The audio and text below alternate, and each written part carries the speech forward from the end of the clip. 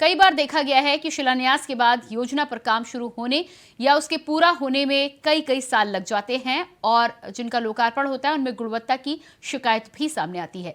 CM के जुड़ने से ऐसी सभी योजनाओं की सीएम के कार्यकाल भी लगातार समीक्षा करेगा। आज खबर यह भी है कि नियोजन सचिव के पत्र के बाद सभी विभाग आने वाली योजनाओं का ब्यौरा तैयार करने में लग गए हैं।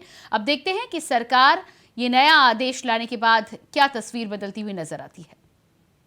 मुख्यमंत्री सचिव का बड़ा आदेश, लोकार्पण के लिए बनेगी कमेटी, मंत्री अधिकारी नहीं कर पाएंगे लोकार्पण, सभी विभागों को भेजा गया आदेश।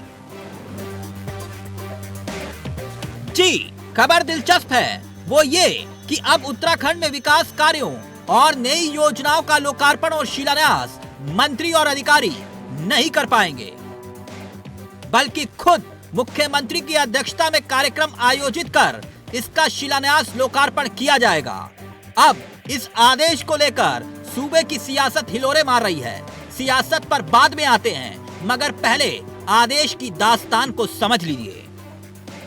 दरअसल नियोजन सचिव आर मीनाक्षी सुंदरम ने सभी एसीएस प्रमुख सचिव, विभागाध्यक्षों और डीएम को इस बाबत पत्र भेजा है। बकायदा मीनाक्षी सुंदरम ने सभी विभागों से उनकी भविष्य में पूरी होने जा रही विकास योजनाओं का ब्यौरा भी मांगा है। साथ ही जिन योजनाओं का शिलान्यास प्रस्तावित है उनकी रिपोर्ट देने के लिए कहा है। इसके आधार पर हर जिले में सीएम की अध्यक्षता में कार्यक्रम आयोजित किए जाएंगे। कार्यक्रम में संबंधित विभागों के मंत्री और स्थानीय जनप्रतिनिधि मौजूद रहेंगे। इसमें ही योजनाओं का शिलान्यास और लोकार्पण की औपचारिकताएं पूरी की जाएंगी।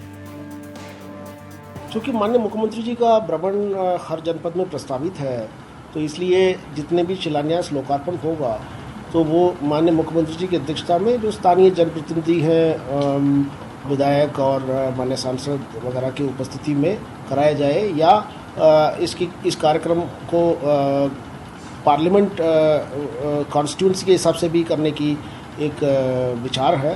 तो मुख्यमंत्री कार्यालय से जो प्राप्त निर्देश है उसके अकॉर्डिंगली प्लानिंग ने चिट्ठी जारी किया है। अब इस फैसले को लेकर विपक्ष बीजेपी सरकार पर तंज कस रहा है, ये कहते हुए कि ये तो होना ही था, क्योंकि जिनका मन हो रहा था वही लोकार्पण और शिलान्यास कर रहा था, जबकि भाजपाई नियम कायदे कानून की दुहाई दे रहे हैं। देखिए, जिस तरीके के आदेश जारी किए हैं ये तो नादिरशाही आदेश है। कोई मुख्यमंत्री जाएंगे तभी शिलान्यास होगा? क्या विधायक शिलान्यास नहीं कर सकता? प्रभारी मंत्री शिलान्यास नहीं कर सकता? या मंत्री शिलान्यास नहीं कर सकते हैं? ये तो ये देखिए, जिस तरीके से प्रधानमंत्री जी की सब जगह शिलान्यास उद्घाटन प्रधानमंत्री जी कर रहे हैं, उसी राह पे ये भी चल रहे हैं। बाकी के अधिकारियों का आप हनन कर दो। जिस तरह से आदेश किया गया है उस तरीके से साफ लगता है कि जो मंत्रियों, विधायकों के, जनप्रतिनिधियों के लोकतांत्रिक अधिकार हैं, संवैधानिक अधिकार हैं, उसका हनन करने का काम किया है।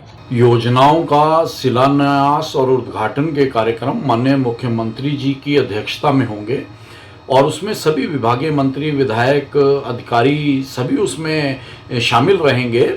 और उसके पीछे उद्देश्य यही है कि प्रदेश में योजनाएं तीव्र गति से आगे बढ़ें, अपने जो वृद्ध रूप में योजनाएं साकार हों और प्रदेश को 25वीं वर्षगांठ से पहले देश के अग्रणी राज्यों में शुमार करने की जो योजना है वो योजना अपने समय से फलीभूत हो और माननीय मुख्यमंत्री जी की अध्यक्षता में होने वाले कार्यक्रम में निश्चित तौर पर विकास कार्यों को गति मिलेगी।